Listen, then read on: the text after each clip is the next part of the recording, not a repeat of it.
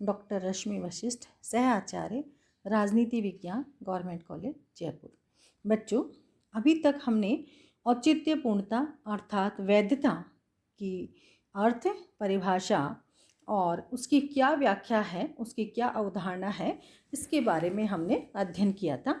आज हम औचित्यपूर्णता की विशेषताएं या औचित्यपूर्णता की क्या महत्व है या औचित्यपूर्णता पर क्या संकट है, मतलब औचित्यपूर्णता किस चीज़ से कमी आती है, इन सब चीज़ों के बारे में जानेंगे और किस प्रकार से हम औचित्यपूर्णता का वर्गीकरण कर सकते हैं, इन सब के बारे में अध्ययन करेंगे। तो सबसे पहले आज हम पढ़ेंगे कि औचित्यपूर्णता की अपनी विशेषताएं क्या हैं। वैसे तो वैधता या औचित्यपूर्णता की कोई अपनी विशेषताएं नहीं है, क्योंकि ये कोई भौतिक वस्तु नहीं है जिससे कोई निश्चित निर्धारक तत्व या निर्माणकारी तत्व बतलाए जा सके, अपितु यह तो एक धारणा है, राजनीतिक जीवन की स्थिति है जिसकी अपनी कुछ विशेषताएं हम बतला सकते हैं। हर देश में औचित्यपूर्णता की स्थिति एक जैसी नहीं होती है। अलग अलग परिस्थितियों में, अलग अलग देशों में इसका जो दृष्टिकोण है देखने का या इसकी जो स्थिति है वो अलग अलग होती है।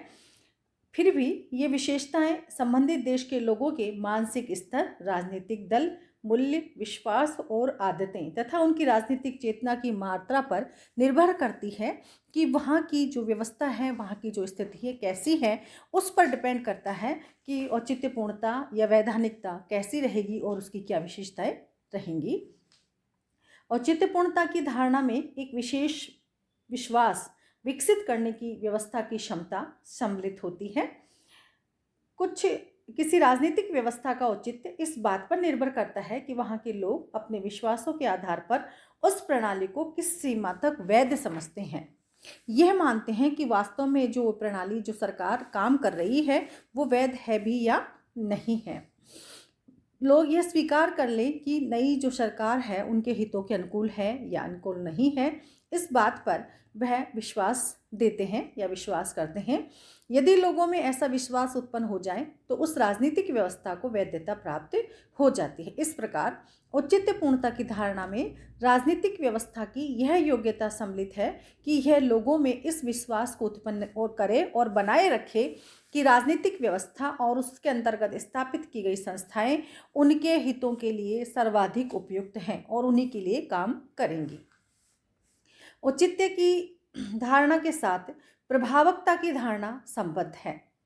प्रोफेसर लिपसेट का कथन है कि किसी राजनीतिक व्यवस्था की स्थिरता और उसकी वैधता उसकी प्रभावकता पर निर्भर करती है। वैधता की स्थिति प्राप्त करने के लिए जरूरी है कि राजनीतिक व्यवस्था केवल कहने भर के लिए नहीं, वरन उसके द्वारा नागरिकों के जीवन के लिए आवश्यक प्रभावी नियंत्रण रखा जा सके।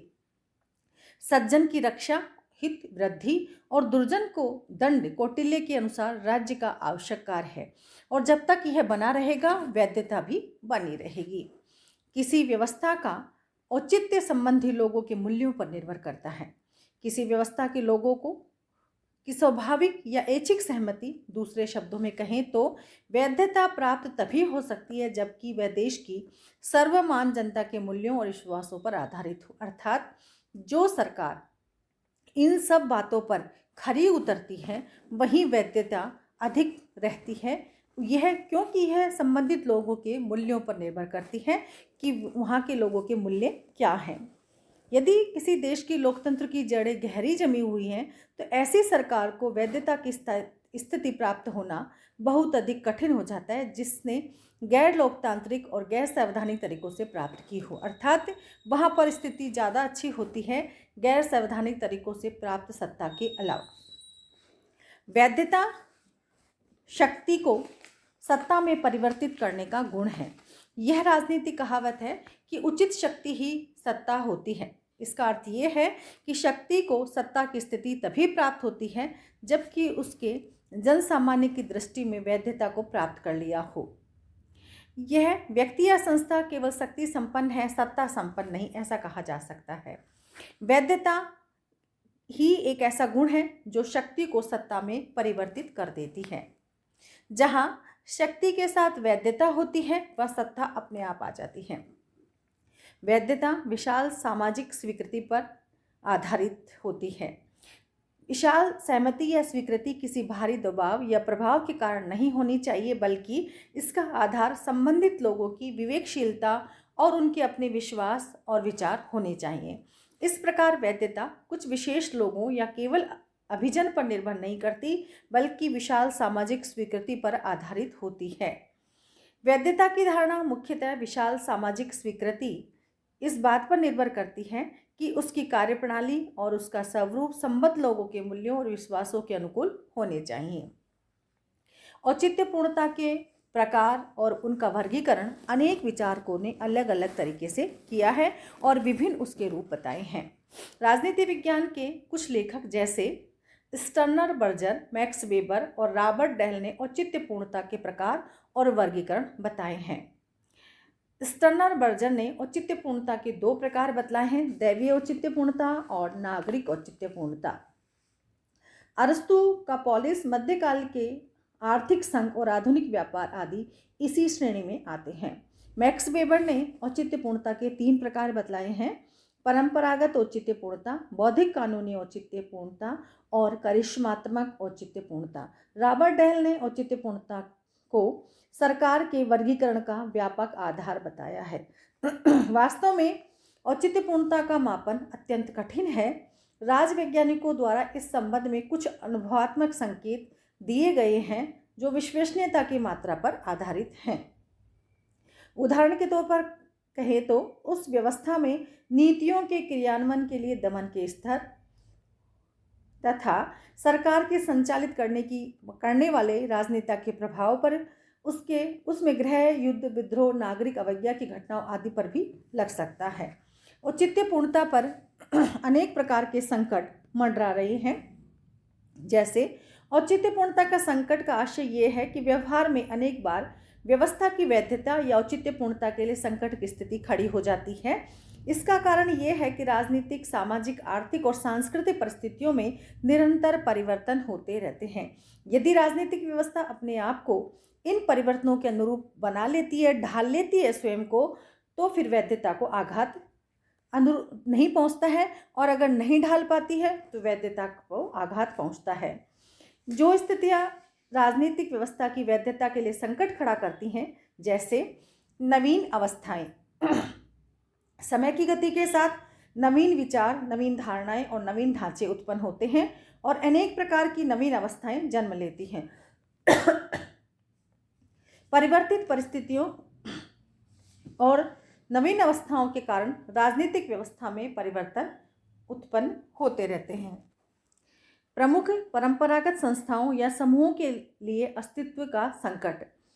वैधता का संकट उस समय भी खड़ा हो जाता है जब नवीन अवस्थाओं के कारण प्रमुख परंपरागत संस्थाओं या समूहों की स्थिति के लिए संकट खड़ा हो जाता है, तथा ऐसी स्थिति में यदि परंपरागत तत्व पर्याप्त शक्तिशाली हो तो समस्त राजनीतिक व्यवस्था की वैधता के लिए संकट खड़ा हो जाता है।